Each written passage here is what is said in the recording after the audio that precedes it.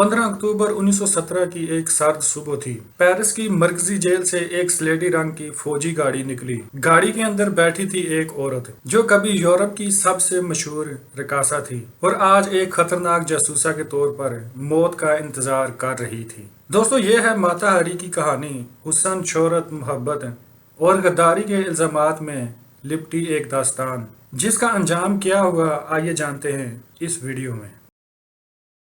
गाड़ी में एक 41 साला औरत सवार थी। उसने एक लंबा कोट पहन रखा था। 10 साल पहले यही औरत यूरोप के बड़े शहरों में बहुत मशहूर थी। वो एक बेहतरीन रकासा थी। बड़े बड़े वजीर, अमीर लोग और फौजी अफसर उसके चाहने वाले थे। फिर पहली जंग अजीम शुरू हो गई। उस जंग ने पूरी दुनिया को बदल दिया। उस औरत को लगता था कि वो अब भी लोगों को अपने रक्स से मुतासर कर सकती है, लेकिन अब हालात बदल चुके थे।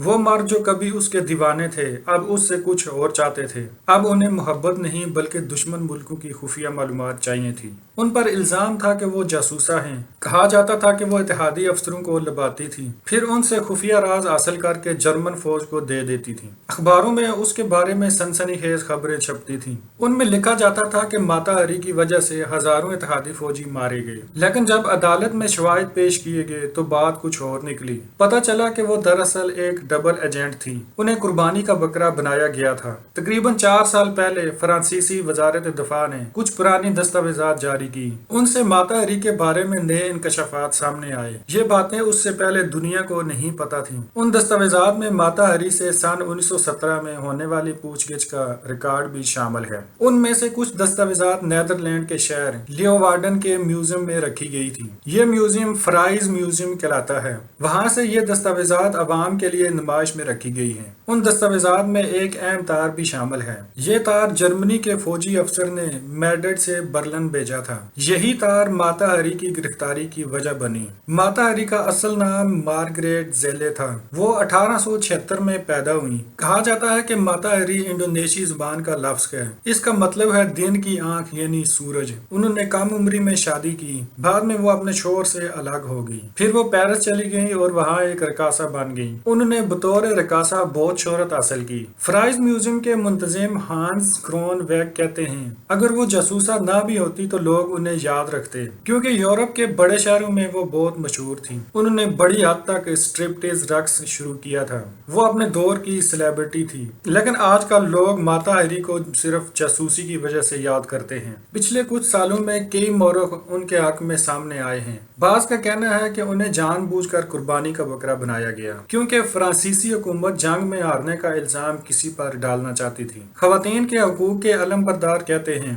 माता हरी को निशाना बनाना आसान था, क्योंकि लोग उन्हें बद किरदार समझते थे। इसी वजह से उन्हें दुश्मन कहना हुकूमत के लिए आसान था। नई दस्तावेजात से पता चलता है कि माता हरी ने मैड्रिड में एक जर्मन अफसर आर्नल्ड फान क्ले से ताल्लुक बनाया। उस वक्त वो फ्रांसीसी खुफिया अदारे के लिए काम कर रही थी। उनका मकसद जर्मन जासूसी के नेटवर्क का पता लगाना था। लेकिन आर्नल्ड ने जर्मनी में एक तार भेजा। उसी तार ने माता हरी का राज खोल दिया। उसमें एक जासूस H-21 का जिक्र था। उसमें पता, बैंक की तफसीलात और माता हरी की मुलाजमा का नाम भी था। फ्रांसीसी हकाम को फौरन समझ आ गया कि H-21 दरअसल माता हरी ही हैं। नुमाइश में वो तार भी रखा गया है, बल्कि असल में वहाँ उस तार का सरकारी तर्जुमा मौजूद है। ये वही जगह है जहाँ से सारी कहानी मशकूक लगने लगती है। असल तार खुफिया कोड में लिखा गया था, लेकिन फ्रांसीसी पहले ही जर्मन का कोड तोड़ चुके थे। जर्मनों को भी मालूम था कि फ्रांसीसी उनका खुफिया कोड समझ चुके हैं। दूसरे लफ्जों में ये मुमकिन है कि जर्मनों ने वो तार जानबूझकर भेजा। मकसद ये था कि फ्रांसीसी अपनी ही जासूसा को पकड़ कर सजा दे दें। लेकिन एक और राय भी मौजूद है। सवाल ये है कि रिकॉर्ड में सिर्फ तर्जुमा क्यों मौजूद है? असल तार कहाँ गया? क्या ये मुमकिन है कि फ्रांसीसियों ने वो तार खुद ही बना लिया हो ताकि वो माता हरी को गिरफ्तार कर सकें और फिर एक खतरनाक जासूस पकड़ने का डंडोरा पीटें? चाहे ये मंसूबा जर्मनों का हो या फ्रांसीसियों का, हर सूरत में माता हरी ही फंस गई। दस्तावेजात में माता हरी का एतराफी बयान भी मौजूद है। उन्होंने तफ्तीश करने वालों को बताया कि वो वाकई जर्मनों के लिए काम कर کر چکی ہیں، لیکن انہوں نے یہ صرف پیسے کے لیے کیا تھا۔ ان کا کہنا تھا کہ ان کا دل اتحادی افواج کے ساتھ تھا، مگر ان کی بات پر کسی نے یقین نہیں کیا۔ انہیں پیرس کے مشرقی علاقے میں لے جایا گیا۔ اس جگہ کا نام شیتف دا وینسن تھا۔ وہاں 12 سپاہی بندوقیں لیے ان کا انتظار کر رہے تھے۔ کچھ خبروں میں بتایا گیا ہے کہ ماتا ہری نے آنکھوں پر پٹی باندھنے سے انکار کر دیا تھا۔ انہوں نے ایک ہاتھ ہلا کر اپنے وکیل کو گڈ بائے کہا۔ کمانڈر نے تلوار نیچے کی طرف جھکائی جو گولی چلانے کا اشارہ تھا۔ پھر 12 رائفلوں کی آواز فضا میں گونجی۔